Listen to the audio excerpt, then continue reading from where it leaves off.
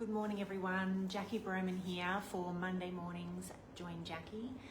It's been a fortnight because last week was the Queen's birthday long weekend, but it feels like a distant memory, doesn't it, that last week was a short week.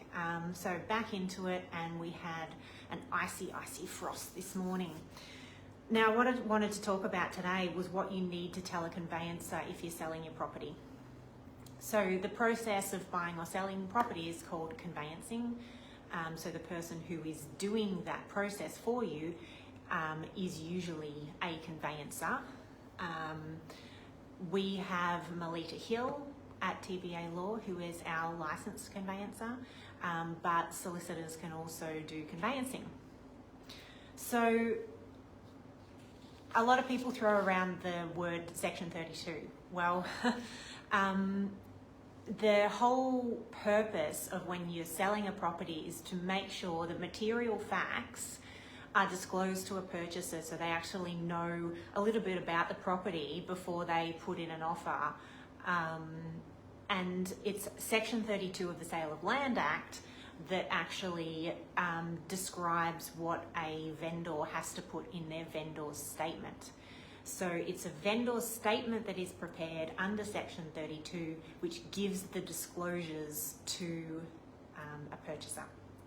So you obviously have to tell the conveyancer who's preparing the Section 32 vendor statement for you what they need to know to put into that document.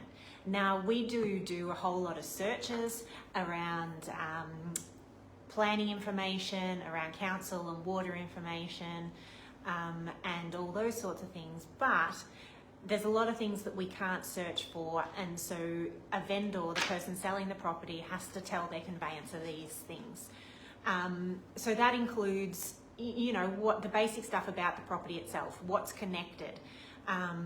Do you have electricity or is it all solar? Do you have water or do you have water tanks? Do you have sewage or do you have septic tanks? If you've got a septic tank, do you have a permit with conditions about it having to be serviced a certain amount of times a year? You would then have to give that permit to the conveyancer so it could be disclosed to your purchaser. What else would you need to tell your conveyancer? Well, we can do a search with the council about building permits and anything that has been applied for through the council. But that's not obviously going to disclose to us if there's been works done to the property that hasn't gone through council. And we don't particularly want to apply for that building permit search because it costs over $100. And so we want to save you that cost. So you tell us first. So have you done any works? Has there been additions or changes to the property since you've got it? And usually in the last 7 to 10 years is what we really need to know, because you're actually required to have insurance if you have done works up to a certain value within that period of time. What else? If there's a pool or a spa, is the fencing compliant? We need to know. Is there solar panels? If there are solar panels, do you have some kind of agreement with the solar company for the financing of those? Is there an easement on the property?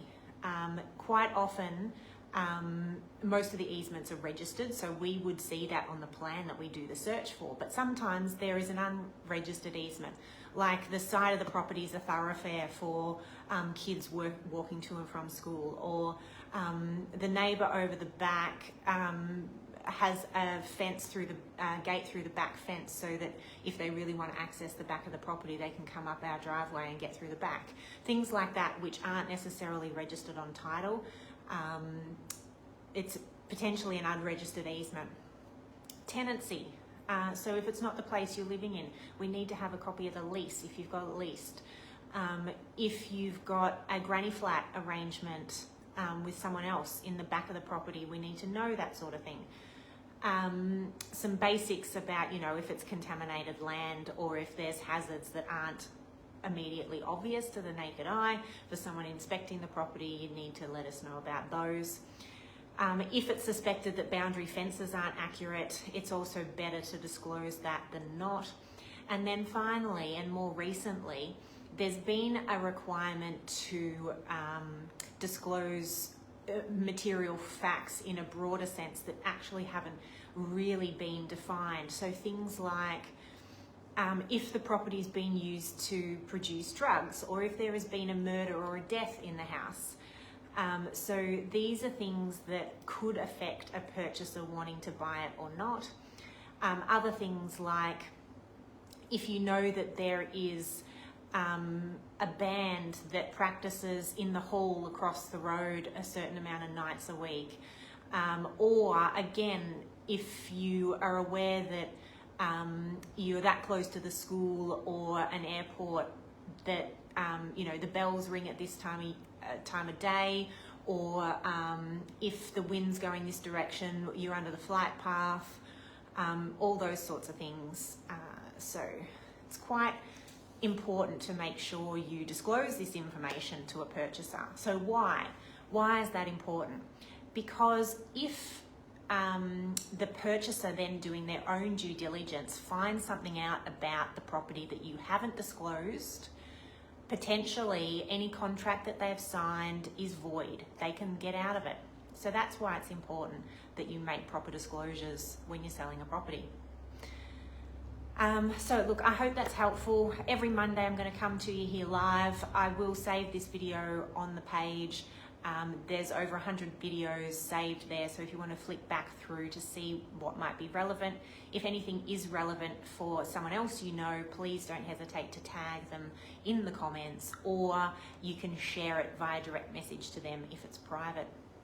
Otherwise, if there's anything else you want me to talk about in particular, you're quite welcome to direct message me, or our website has all our direct emails available as well, so you can email from there too.